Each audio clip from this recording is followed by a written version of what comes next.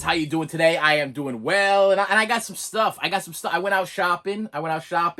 And it was kind of weird. It's kind of weird. Listen, we've been babysitting a lot lately. We've been babysitting a lot for my little treat. Okay, my little treat.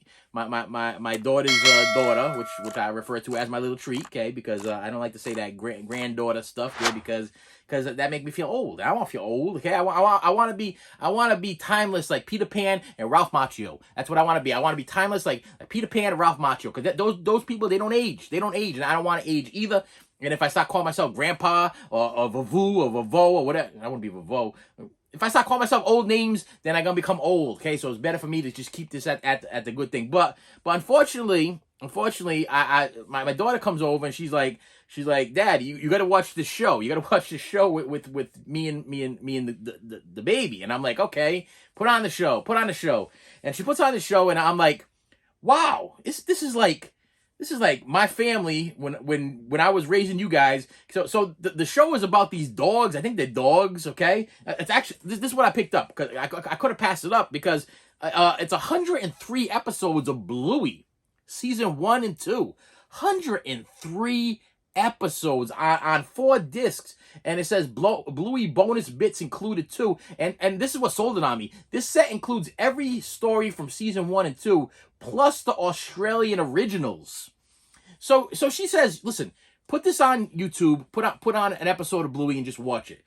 And I'm watching it, and it's about, okay, so the husband's at home taking care of the 2 kids, and the 2 kids a little couple wackadoos, and the wife, she always be working or busy. She always be doing something. She always be busy or working, and she's got very little time to spend with the kids. And when she shows up at the end of the day, like the house is a mess, or the father. Listen, the father is like a complete kid himself. He's like out of his mind and does all kinds of crazy stuff with the kids, and he plays like different games with them during the day. This is was like the episodes I watched so far was like my life with my children growing up. Because I worked 3rd shift, and then I was at home during the day with my 4 children, or 3 children at the time, whatever. I don't know how many we got 4 total now, but I don't know at the time how many hours. And we would play all day. We would play games, and we play teacher, and we play hairdresser, and we play hotel room, and it was all kinds of things we would play. Like I would sit there and I'd be like, I'm gonna be I'll be the teacher today, and we're gonna teach you class, so sit down, boys and girls.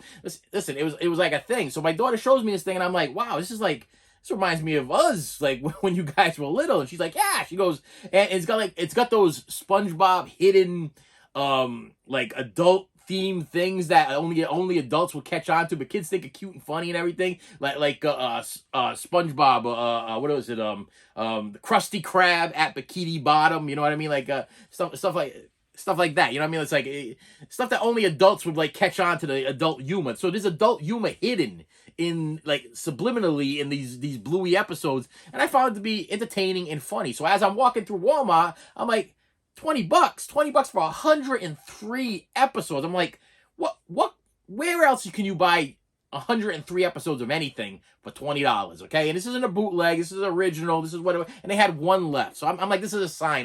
This is a sign for me to pick this up and get my Bluey on. Okay. Now back in the day, I'll tell you, I would binge watch me some SpongeBob. So hey, don't be a hater. Okay, that's what I gotta say about that. So I'm gonna be watching me some Bluey. Okay. But on top of that, I got some packages.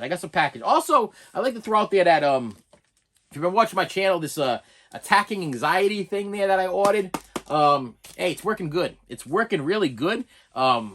If you have anxiety issues, these are all CDs. This thing right here, this is by the Attacking Anxiety and Depression from the Midwest Center. This is like a big box set that I bought. I told you the guy gave me like an awesome deal on it.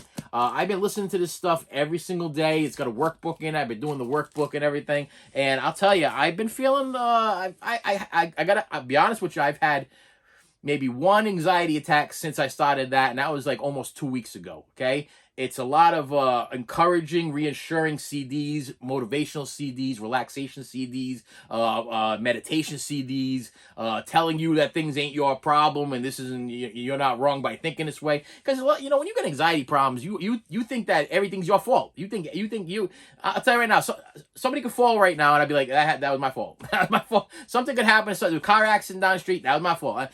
This is how anxiety people think. They're always apologizing for things that have nothing nothing to do with them. Okay, it's not my fault that my kids do the things that they do. Okay, I raised them the best way that I possibly could. Okay, it's not my fault that my parents were the way that they were or are the way that they are. That's not my fault. I did not raise them that way. They were supposed to raise me a certain way. And if I'm a messed up human being, that's not my fault either. Okay, it's my fault if I do something that I know is wrong, and I need to take accountability for what I do that is wrong. But the hurt that I have inside and the stuff that's going on in my head and the thoughts that I have going on in my head sometimes, it's not my fault, okay? Chester Bennington from Lincoln Park, I've been watching a couple of interviews with him, and he said, this, and this is like almost like an exact quote, and I was like, I can relate, Chester. Chester, I can relate. He was like, this place inside my head, this in between my ears and my brain is not a good place, okay? It's not a good place for me to be alone. It's not a good place. And right here, it's not good for me either. It's not. I need to keep busy. I need to keep doing things. I need to make these videos. I need to be teaching children. I need to be helping out with something. I need to keep this head busy watching movies or whatever. It's got to keep going. I'm always doing 2 or 3 things at one time. Like while I'm watching a movie, I'll be on my iPad searching for stuff, or I'll be reading like history things or Googling things or whatever, or doing research on stuff, or I'll be painting something or putting something together or fixing something or whatever. It's an ongoing thing, but this head has to stay busy, because when it doesn't, the thoughts and the things that go on in his head are just not right. And it's not my fault. I can't control the things that rush in through my head because of the things that happened to me as a child. Okay, that's stuff that happened to me as a child, and they're not going away. The worst part is, as I'm getting older, I'm remembering more things, which is making it worse for me. It's making it very, very difficult for me to deal with a lot of stuff, because the floodgates for some reason are opening. Now, you think as you get older, you start to get like amnesia, not amnesia, like Alzheimer's or whatever. You start to forget stuff. Unfortunately, I'm forgetting stuff, but I'm forgetting good things, and I'm remembering bad things. And that's what's messing me up, so I'm having these full-blown anxiety attacks. Plus, if you are having full-on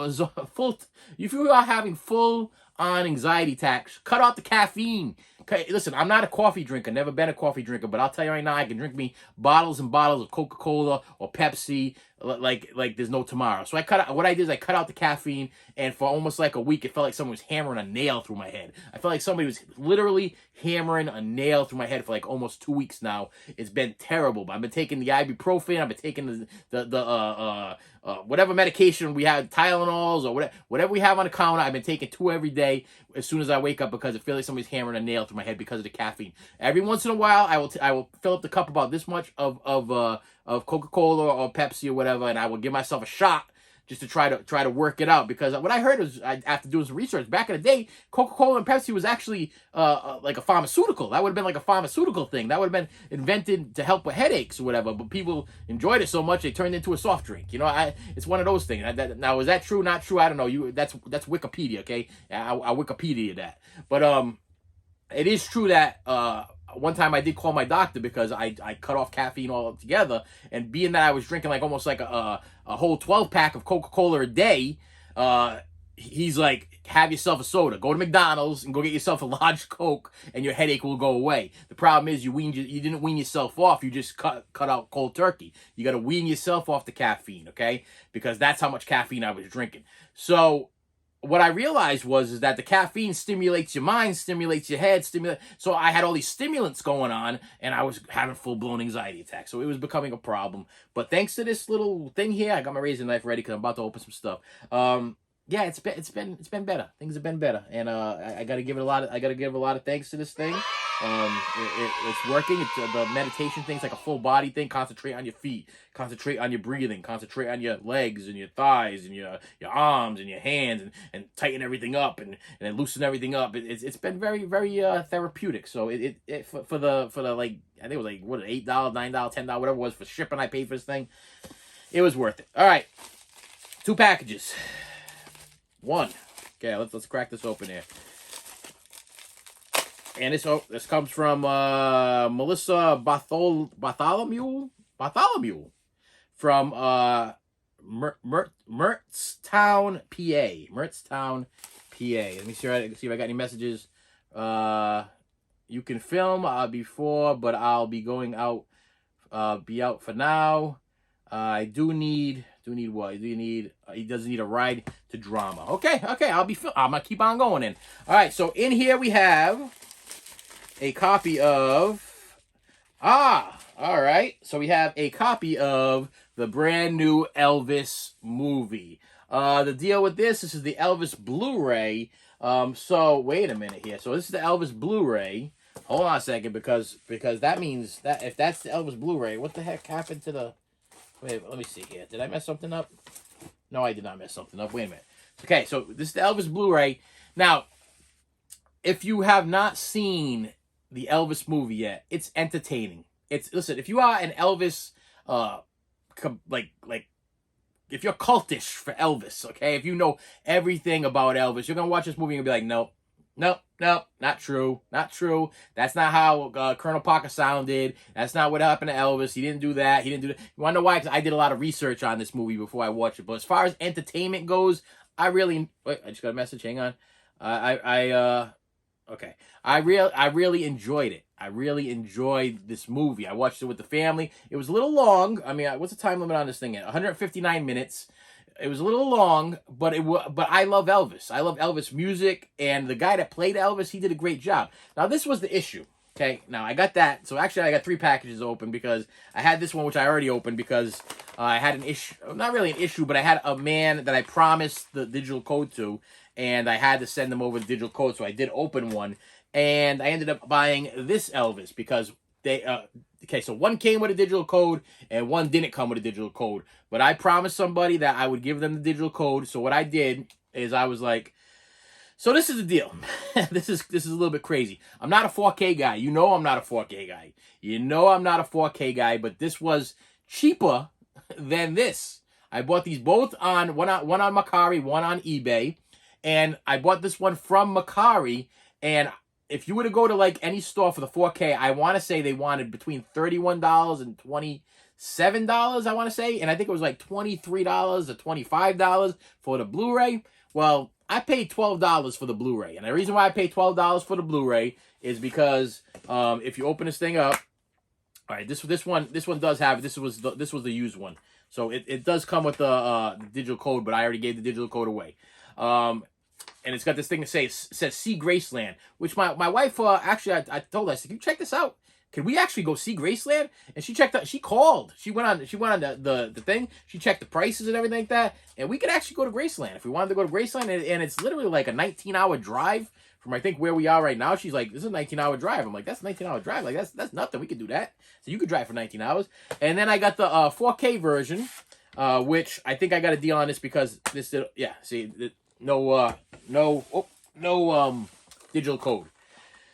I didn't need the digital code, okay? And I really didn't need to buy a second copy of Elvis, but like I said, my friends, when it comes to this anxiety thing and whatever, I felt bad. I felt bad because there was a subscriber that has been a subscriber for a while, obviously, because he knew a lot about my channel, and I wanted to make sure that he got a copy of the digital, okay? And so I was like, so I kind of, it was kind of a win-win anyway, okay? So I wanted to make sure I could make good with this guy and give him his digital copy. But I didn't care for the 4K cover. I didn't care I thought this was cooler. I thought the Blu-ray cover was cooler. And if you look at them, come on. I mean, I don't know about you.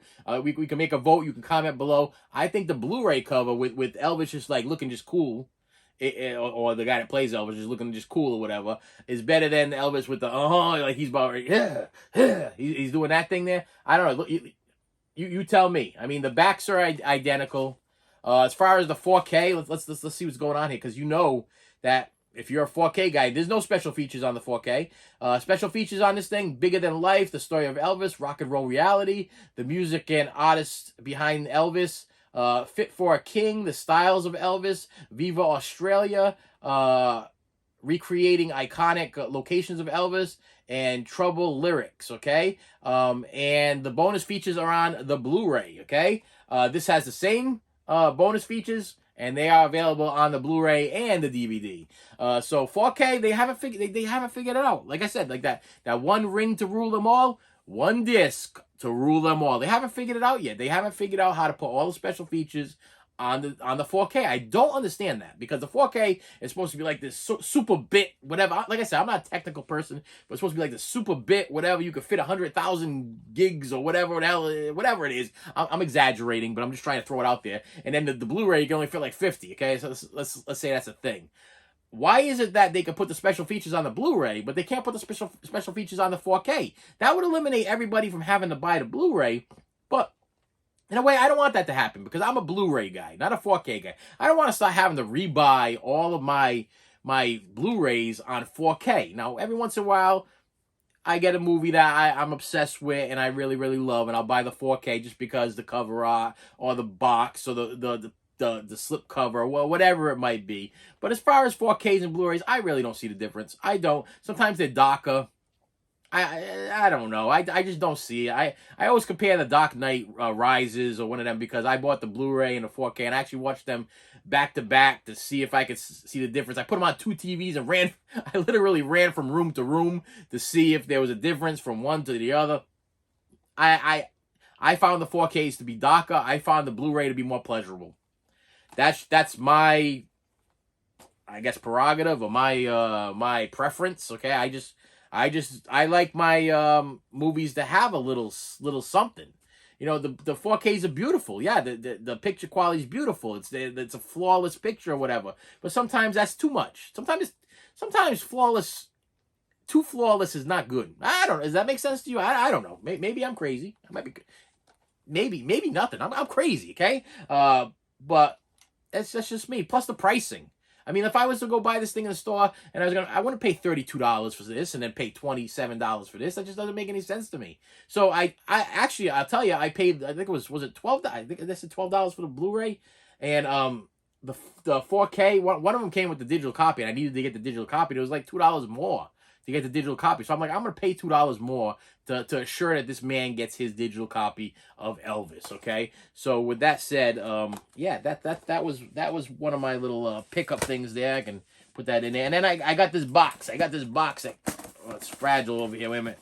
You got the fragile here. Okay, make sure I'm not showing anything. From Kenny Fleshman, from Harmony LN, whatever that is. Saudi Daisy TN, Tennessee. Where's my raisin knife? Tennessee. I got my raisin knife here. I'm gonna crack this open here, and I'm gonna cut my hand open. Maybe I'll try to cut it from the other side. That makes a little bit more sense. Okay, hang on. Okay, I got it. It's open, and it is a. Hang on. We got the shipping. I bought this from the Discogs. Okay, if you don't know what Discogs is, it's a CD, record and cassette company. They got the I got the app downloaded, and it is the what are they calling this thing here? Three compact disc sets. It doesn't have a name. It's just the 3 compact disc set. Lynyrd Skynyrd, the definitive Lynyrd Skynyrd collection. Why, you ask? Why you still buying CDs? Yes, I'm still buying CDs. Why are you buying Lynyrd Skynyrd CDs? You don't own Lynyrd? Yes, I own Lynyrd Skynyrd's greatest hits on CD. I don't own the individual ones. I own just the greatest hits, because I figured just the greatest hits is what I wanted. I wanted Free Bird. I wanted what was the wait, make sure I got Free Bird. I wanted Sweet Home Alabama, and I wanted That Smell. Oh, That Smell, which I found out that was actually about drugs. I didn't know that, but what triggered this purchase was on. And you know I don't like the stream, but I do love me some documentaries, and some documentaries just are not available on Blu-ray or DVD. So yes, I streamed. Okay, forgive me. Okay, but I wanted to see the documentary on Lynyrd Skynyrd.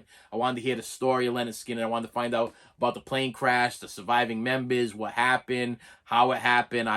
It piqued my curiosity. So yes, I streamed on Hulu or Netflix the Lynyrd Skynyrd story. And as I was listening to the music of Lynyrd Skynyrd and watching their live performances and seeing all the cool stuff that they were doing, and discovering and appreciating and recognizing this group for what they were. I love me some 70s rock groups. Okay, I love me a lot of different types of music. Okay, but let's just say that the 70s rock groups were just raw. mean, they 60s, 70s, they were raw, man. Yeah? The Black Sabbaths, the Skinheads, the let me take a look to the right here. The Aerosmiths when they first started out. I'm trying to see because I got a lot of newer stuff. Alice Cooper, I got a lot of newer stuff over here on the side of me. All of my like vintage stuff is over on the corner, over like the Tom Petty's and the Bob Dylans and stuff like that. These people worked hard.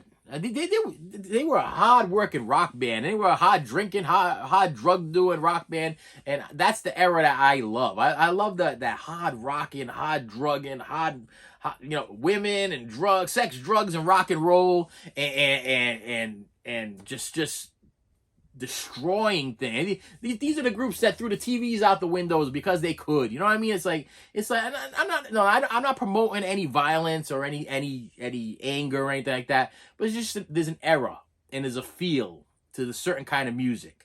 And when you listen to Lynyrd Skynyrd music, there's a feel. Now I'll tell you right now. I'm gonna throw this out there. I bought especially this set. The reason why I bought the set, number one, I'm gonna pay $20 for it. Now $20 for a box set, CDs, maybe a good deal. You guys aren't into CDs anymore. You can get everything on Spotify and download everything. Oh, well and good. But this had a Freebird demo on it, and it also has the original Freebird on it. I don't know about you, my friends, but being that I'm such a big Rob Zombie, Devil's Rejects fan, the end part of Freebird, when they're playing Freebird and they're going through the barricades at the police thing and everything like that, the first opening couple of bars, the guitar solo of Freebird, it gives me chills, okay? The lyrics, knowing that these people died in a plane crash, most of them died in a plane crash and everything. And when he opens with, "If I leave here tomorrow, would you still remember me?" I'm saying it myself right now. I'm getting chills. If I could, I don't know what my face is doing, but I get goosebumps. Okay, when I just with those lyrics. If I leave here tomorrow, will you still remember me? Because I'll tell you, as a human being. And as being a teacher and the things that I've done in my life, I'm not a star. I do this YouTube channel or whatever, and I hope there's people watching me or whatever. I got like 800 something people watching me or subscribe to me or whatever. But there's actually 80,000 people watching me. Okay, 80,000. I'm not a star. Okay, I'll never be Lynyrd Skynyrd.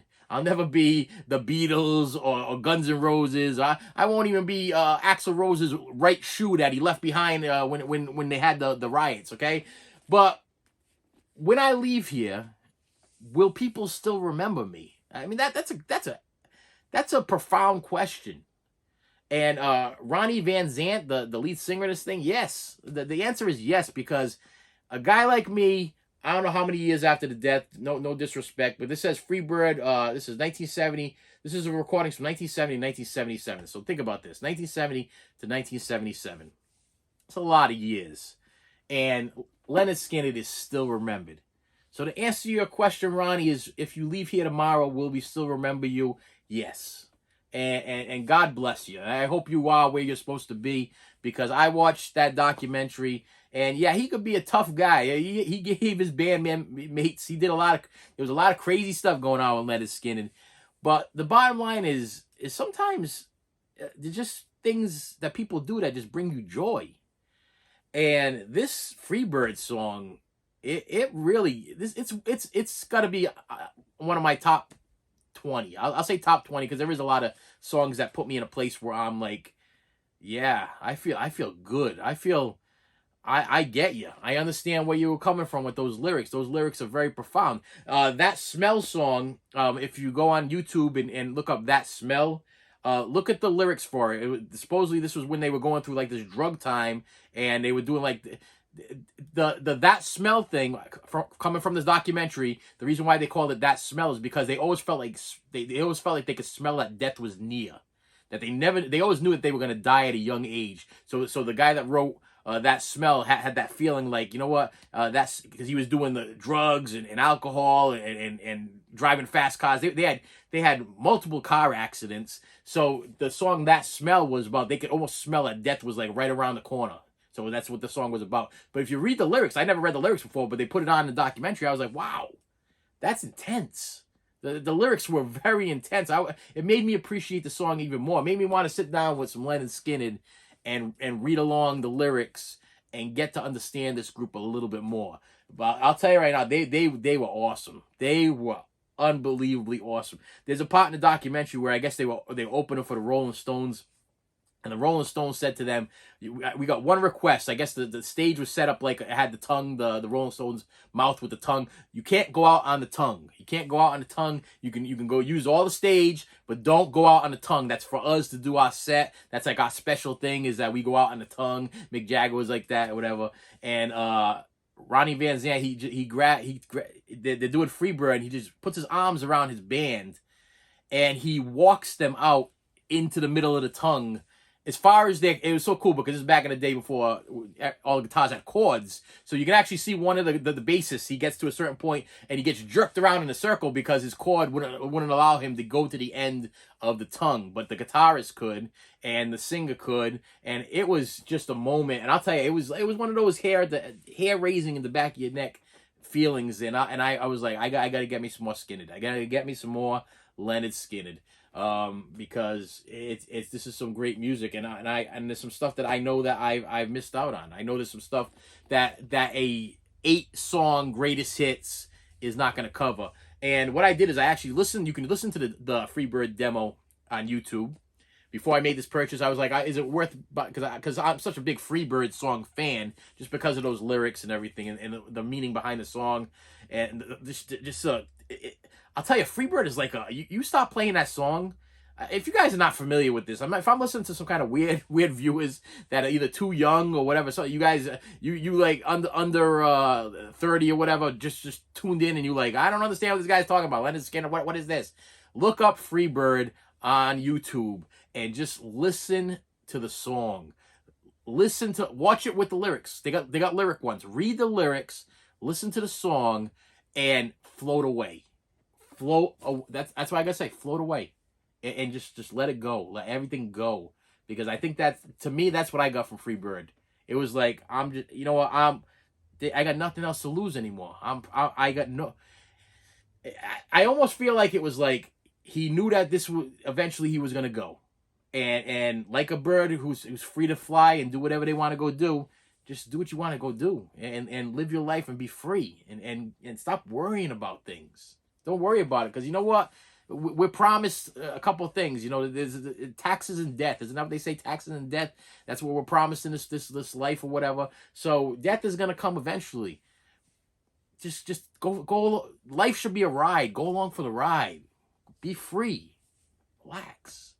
And if you leave tomorrow, make a mark. Make a mark on somebody's life. Make a mark on. You want somebody to remember you. I want somebody to remember me. That's important to me. I want a child that I taught, or a parent that I helped, or somebody in my life, maybe one of my kids or whatever. If I do leave here tomorrow, I want someone to remember me, just like Leonard Skinner did. And with that said, yeah, that's my little preachy moment for today. Listen, I appreciate you. I do appreciate you, and you're not forgotten. I remember you. That whole Elvis thing that I did for that viewer, I remembered. He was important to me, okay? He reached out to me for a reasoning that was pure and understandable, and it was important to me. It was for $2, I made somebody happy. And in return, he's like, I'll make sure my wife subscribes to you, and I got a friend that can subscribe to you.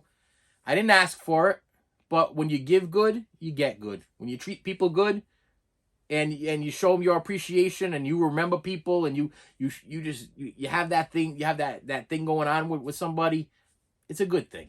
And I appreciate that viewer. I appreciate that subscriber. I appreciate all my subscribers, because without you, this would be nothing. I'd be talking to myself. So with that said, my friends, I will see you later.